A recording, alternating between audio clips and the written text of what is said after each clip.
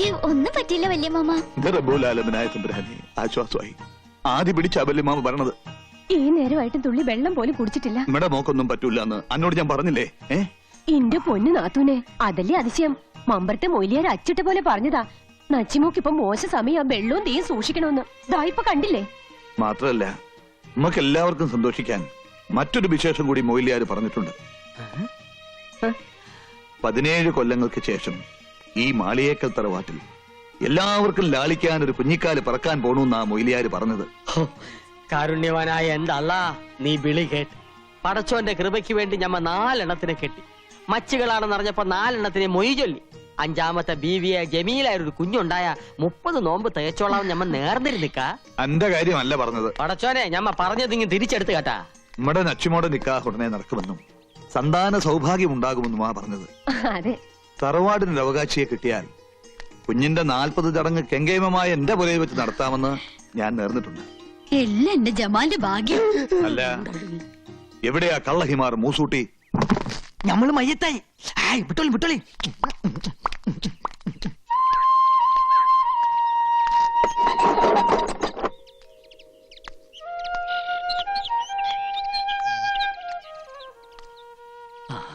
ഞാൻ അഹമ്മദ് കുട്ടി ഹാജി. അറിയാം, നമ്മളെ അയലക്കത്തുകാരല്ലേ?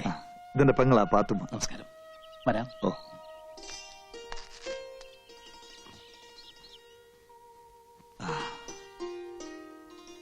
ഒരേയും പറമ്പും ആരോ വാങ്ങിയെന്നും താമസം തുടങ്ങിയെന്നും ഒക്കെ കേട്ടു.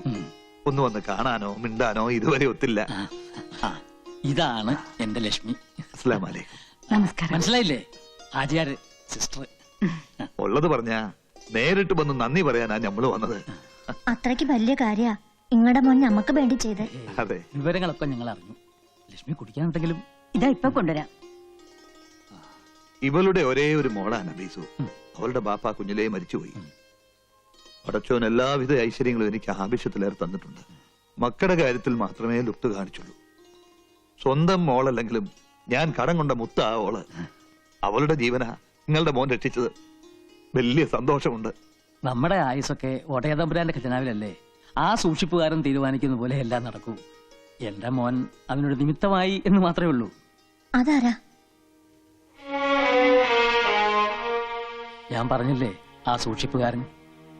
ആയസിന്റെ കാര്യത്തിൽ അവൻ എന്റെ പൊടിമോളോട് ഒരു തമാശ കാണിച്ചു. ഒരു കണക്കിന് അവനെ കുറ്റം പറയാൻ പറ്റില്ല. എല്ലാ സൗഭാഗ്യങ്ങളും അവൻ കൈ നിറച്ച് നിങ്ങൾക്ക് തന്നു. പക്ഷേ അത് കൊണ്ടു നടക്കാനുള്ള യോഗ്യത ഞങ്ങൾക്കില്ലാതെ പോയി. മോൾക്ക് എന്താ പറ്റിയത്? കുടുംബക്കാരെല്ലാം ചേർന്ന് മുറച്ചെറുക്കനുമായിട്ടുള്ള കല്യാണം ഉറപ്പിച്ചു. അപ്പോഴാണ് കൂടെ പഠിച്ച ഒരുത്തനെ ഇഷ്ടമാണെന്നുള്ള കാര്യം അവൾ പറയുന്നത്. ഒരിക്കലും അംഗീകരിക്കാൻ വയ്യാത്ത ബന്ധമായിരുന്നു അത്. എല്ലാവരും എതിർത്തു. ഏറ്റവും കൂടുതൽ എതിർത്തത് അച്ഛനും അമ്മയും തന്നെയാണ്. പക്ഷെ അവൾ ഞങ്ങളെ തോപ്പിച്ചു കളഞ്ഞു. കല്യാണത്തിന് തലേന്ന് അവൾ തൂങ്ങി മരിച്ചു.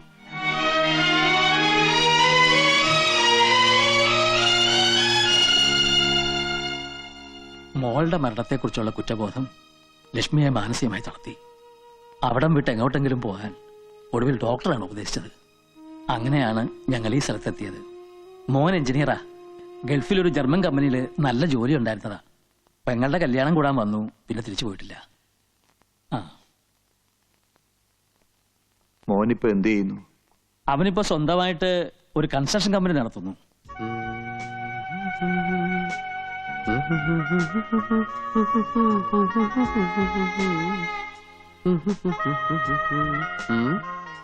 എന്റെ ഇത്ര നാണിക്കാൻ? നീലാകാശത്തിന് വസ്ത്രമുണ്ടോ? ഇല്ല. ആകാശത്ത് നിലാവ് പൊഴിക്കുന്ന ചന്ദ്രനും നക്ഷത്രങ്ങൾക്കും മുഖം മറയ്ക്കാൻ ഒരു മൂടുപടം പോലുമില്ല. പിന്നെ എന്തേ നിനക്ക് മാത്രം ഇത്ര നാണം?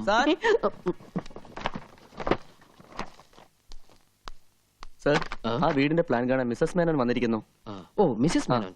മിസ്റ്റർ മേനോന്റെ wife. Good morning. Good morning. Husband ഇന്നലെ വിളിച്ചിരുന്നു. എന്തായും ചോദിച്ചു. ഏതാണ്ടൊരു സ്ട്രക്ചറൽ ഡ്രോയിങ് ആയിട്ടുണ്ട്. രമേശ, എന്താ സർ? മിസ്സസ് മേനോന്റെ പ്ലാൻ അവിടെ ഇരിപ്പുണ്ട്. അതിങ്ങ് എടുത്തോളൂ. ശരി sir. Excuse me, tea, coffee, cool drinks, anything? No thanks. Work എന്നത്തേക്ക് സ്റ്റാർട്ട് ചെയ്യാൻ പറ്റും? പ്ലാൻ അപ്രൂവ് ചെയ്ത് കിട്ടിക്കഴിഞ്ഞാ നമുക്ക് നെക്സ്റ്റ് ഡേ വർക്ക് സ്റ്റാർട്ട് ചെയ്യാം. അതങ്ങ് കൊടുത്തോളൂ.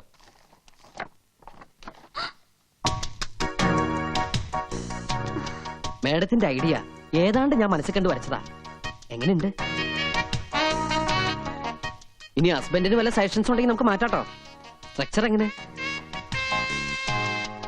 ഫ്രണ്ട് വ്യൂയിലുള്ള 2 പില്ലറിനും നല്ല ഹൈറ്റ് ഉള്ളതുകൊണ്ട് അതിന്റെ മുകളിലുള്ള ആർച്ച് കാണാൻ നല്ല ഭംഗിയുണ്ടാവും ഇല്ലേ?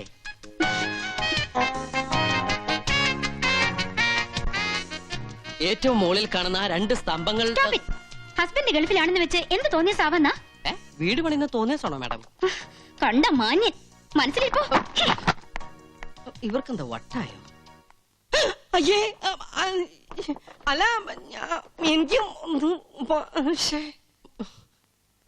ഇവരുടെ ഭർത്താവ് ഗൾഫിലായത് എന്റെ ഭാഗ്യം.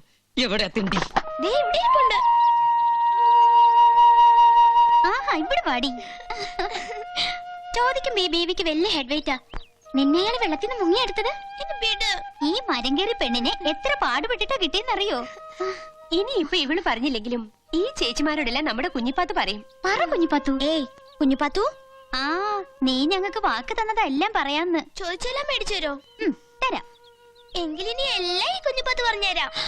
അയ്യോ, നമ്മള് നിലവിളിച്ചതും ആ ചെക്കനോടി വന്ന് പുഴയിലേക്ക് ഒറ്റ ചാട്ടം.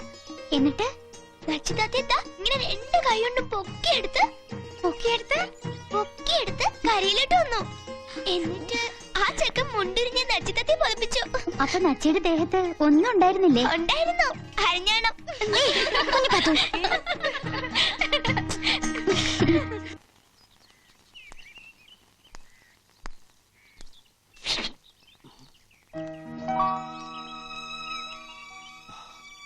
ഒരു ചിത്രകാരന്റെ ഭാഷയെ പറഞ്ഞ നക്ഷത്രത്തിളക്കമുള്ള കണ്ണുകൾ,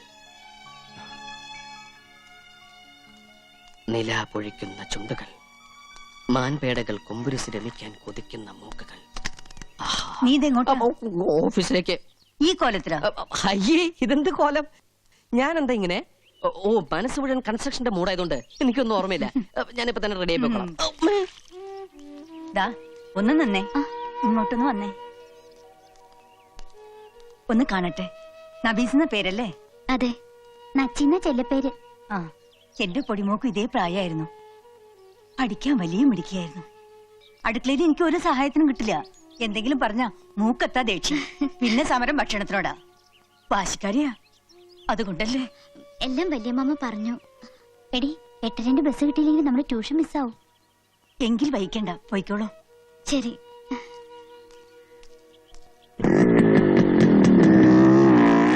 ഇതെന്താ അത്ര ധൃതിയില്? വല്ലതും കഴിച്ചോ നീ? എനിക്കിപ്പോ ഒന്നും ഇറങ്ങൂല. ഞാനൊരു കൺസ്ട്രക്ഷന്റെ മൂഡില്ല.